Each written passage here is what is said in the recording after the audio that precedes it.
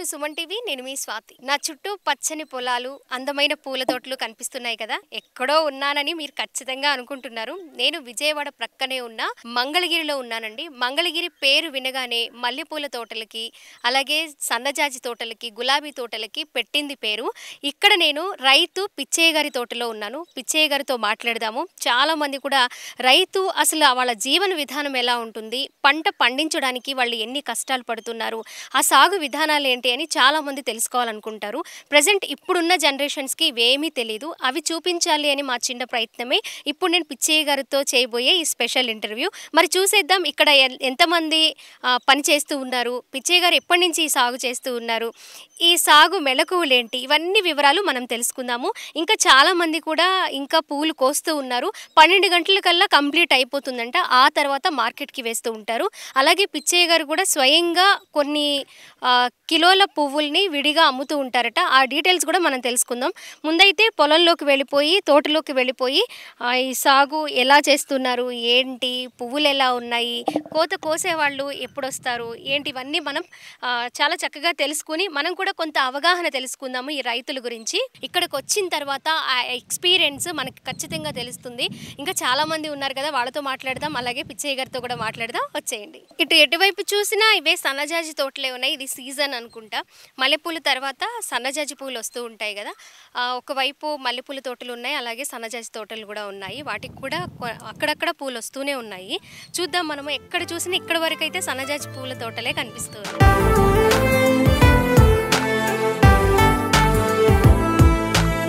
బాధలు అట్టాగుండయి. ఆడ చూస్తే రేట్లు లేవు, ఏడు చూస్తే కోసేవాళ్ళు ఎంత డిమాండ్ చేస్తున్నారు. ఆటోకి 50 రూపాయలు, కోస్తే 120 రూపాయలు అడుగుతున్నారు.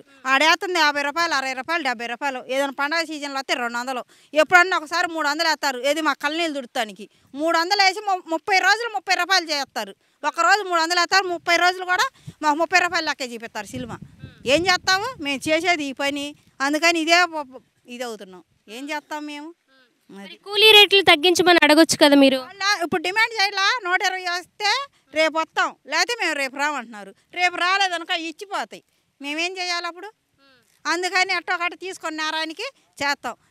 అది ఈ ఏడు చాలామంది రైతులు తీసుకోలేక ఇక అట్ట బీళ్లు పడిపోయండి పొలాలు. ఎంతమంది కూలీలతో కోయిస్తారు మీరు రోజు? 10 మంది ఉంటారు, 15 మంది ఉంటారు. ఒక రోజు పనులు ఉంటే 2 వస్తారు. అది ఒక మంది అని ఉండదు, ఒక 4 అయినా 5 అయినా ఉండదు. అట్లాగా మా పని. ఏం చేస్తాం? ఒక విఐపిని చూపిస్తాను పిచ్చయ్య గారిని అన్నాను కదా, మనతో పాటే ఉన్నారు. మరి 3 ఎకరాల్లో సన్నజాజి సాగు చేస్తూ దిగ్విజయంగా వ్యవసాయంలో ఆయన సంతోషాన్ని వెతుక్కుంటూ, ఫ్యామిలీని చక్కగా చూసుకుంటూ, పిల్లల్ని చదివించుకుంటూ ఆయన చాలా సంతోషంగా ఉన్నారు. ఇప్పుడు అసలు ఆయన ఎక్స్పీరియన్స్ ప్లస్ ఆయనతో మనం మాట్లాడి ఇంకొన్ని విషయాలు తెలుసుకుందాం. నమస్తే పిచ్చయ్య గారు, ఎలా ఉన్నారు? బాధలు తప్పల, బాగానే ఉన్నాం. బాధలు తప్పల. అసలు ఏంటి సన్నజాజి సాగు, ఎన్ని మనసు ఉంటుంది, ఎలా స్టార్ట్ చేస్తారు, ఏంటి విధానం ఏంటి? కౌళ్ళు కట్టుకొని రేతుని పొగులని లేకుండా నీళ్ళు పెట్టుకొని మందులు వేసుకొని గిడతల్లా మనకి చిన్నపిల్లలు తగినట్టు దాకాల్సింది. అప్పుడు దాకా అసలు మాకు గిడతలు అసలుకి. ఒక సంవత్సరం మంచిగా ఉంది, ఒక సంవత్సరం డల్ అయింది. 4 సంవత్సరాలకు ఒక సంవత్సరం కలిసి ఉపయోగం ఉంది. 3 సంవత్సరాలు ఏం చేయాలి? 4 సంవత్సరాలకు ఒక సంవత్సరం కలుగుతుంది. ఈ 3 సంవత్సరాలు అప్పులు తీసుకొచ్చి పెడతామే. అది మాకు. రైతుకి అసలు ఏం తెలియదు. ఈ పొలం దున్నడము, పంట పండించడం, ఇది తప్ప లాస్ అయినా లేదా వాళ్ళకి కలిసి వచ్చినా ఇదే పట్టుకొని ఉంటారు అని చాలామంది చెప్తూ ఉంటారు. చదువులు లేవు, మాకు చదువులు లేవు. మాకు వచ్చిన చిన్నప్పుడు అని చేసిన పని ఇది. ఇవాళ మేము ఇంకో పని చేయలేము. అందుకని లాస్ కానీ లాభం కానీ అదే పని చేసుకుంటాం. ఇప్పుడు ఆగస్టు సీజన్లో కొంచెం పెళ్ళిళ్ళు ఇవన్నీ ఉన్నాయి కాబట్టి మీకు రేట్ వస్తుందా పిచ్చయ్య గారు? అప్పుడు ఈ జాజి పూలు ఉండవు, మల్లెపూలు ఉంటాయి. అప్పుడు మల్లెపూలు ఉన్న టైంలో ఏం చేసి కుళ్ళుడు పడుతుంది. పైకి పువ్వు బాగానే ఉంటుంది, లోపల తినేసిద్ది. 2 రోజులు చేయని మొత్తం ఎర్రమగ్గ పడిపోయింది. ఇంకా ఖాళీ కోసే పని ఉండదు. ఎక్క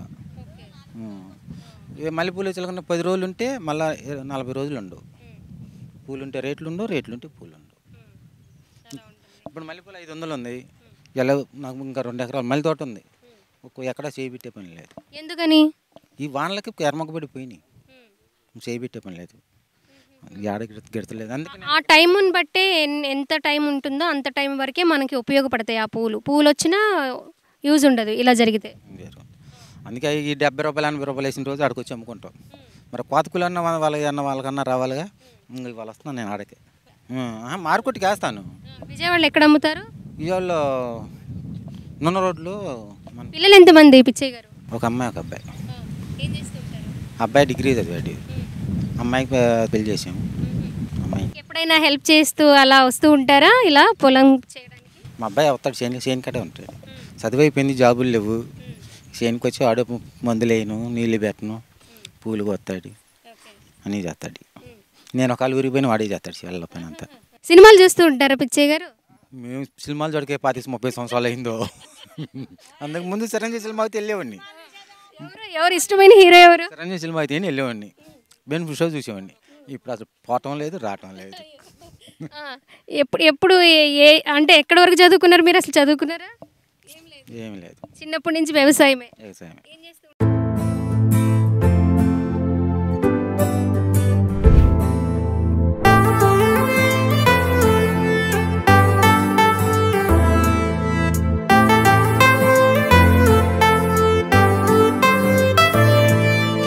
4:30కి లేచి ఏం చేస్తారు మీరు? 4:30కి లేచి చేసేది 5 కాల నుంచి వాళ్ళని ఎక్కించుకోవటమే సరిపోయింది. వాళ్ళని ఒక గంటన్నర వాళ్ళని తీసుకురావాలి. గంటసేపు వాళ్ళకి పట్టిద్ది వాళ్ళని ఎక్కించి రావటం. ఒక ఆమె వచ్చేది, ఒక ఆమె రాదు, వాళ్ళ ఇంటి ముందు నుంచోవాలి, వాళ్ళని ఎక్కించుకోవడం సరిపోయింది 6 దాకా. ఇంత కష్టపడుతున్నారు కదా పిచ్చయ్య గారు, మీ ముఖంలో చిరునవ్వు అస్సలు పోనే పోలేదండి. పరిచయం పోయింది, అది పుట్టుకతో వచ్చిందంటారా? పోయింది. మీలాగే అందరు రైతులు కూడా అంటే చాలా కష్టపడతారు, కాదనను. ఆ కష్టంలో కూడా ఇలా సంతోషాన్ని వెతుక్కొని మీలానే మిగిలిన రైతులు కూడా నవ్వుతూ ఉండాలని కోరుకుంటున్నామండి. మేమంతే కోరుకుంటాం, అందరూ శుభ్రంగా ఉండాలని కోరుకుంటాం. ఇంకేమైనా మార్పులు రావాలనుకుంటున్నారా ఈ వ్యవసాయ విధానంలో కానివ్వండి? ఈ వ్యవసాయం లేకపోయినా పర్లేదు, పిల్లలకి జాబులు అయితే ఏదైనా చేసుకోవచ్చు. పిల్లలకు జాబులే చదువుకొని వ్యవసాయం ఇంకా చేసేవాళ్ళు లేరు. ఇప్పుడు మా వాడు ఉన్నాడు, లేకపోతే వాళ్ళ అబ్బాయి ఉన్నాడు, ఇదిగో చేస్తున్నారు. అందరూ చేయరుగా, ఒకళ్ళిద్దరు చేస్తే ఉపయోగం లేదుగా. అది ఏదైనా జాబు లేదు, కంపెనీలు వచ్చి జాబులు ఎత్తే ఏదన్నా. ఈ చుట్టుప్రక్కల చాలా పొలాలు రేటు రాక అలాగనే వదిలేస్తున్నారు అని అన్నారు. అది చంద్రబాబు ప్రభుత్వం వచ్చా బాగా వచ్చినాయి రేట్లు. 6 కోట్లు చెప్తున్నారు, 6 కోట్లు చెప్తున్నారు. మొన్నటి దాకా 2 కోట్లు 20 లక్షలు చేసి అమ్మారు. ఇది ఇప్పుడు 6 కోట్లు అయింది. అది